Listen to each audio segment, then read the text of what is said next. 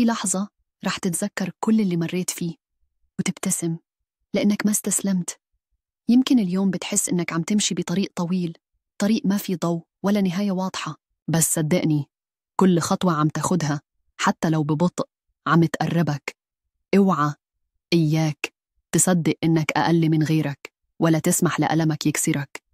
أنت مو كل اللي مريت فيه، أنت أقوى من كل شي حاول يكسرك. الناس بتشوف الظاهر، بس أنت الوحيد اللي بتعرف كم مرة وقفت بعد ما وقعت، وكم ليلة بكيت وسكرت على حالك الباب ورجعت ابتسمت الصبح. هذا مش ضعف، هذا اسمه شجاعة. الشجعان مو بس اللي بينتصروا، الشجعان هم اللي بيكملوا حتى لو خايفين، حتى لو لحالهم. إذا حسيت إن هالكلام واصل لقلبك اكتب لي تحت بالتعليقات لسه واقف، وشارك هالرسالة مع شخص بتحبه، يمكن يكون بأشد لحظات ضعفه ويحتاج يسمع هالكلمات.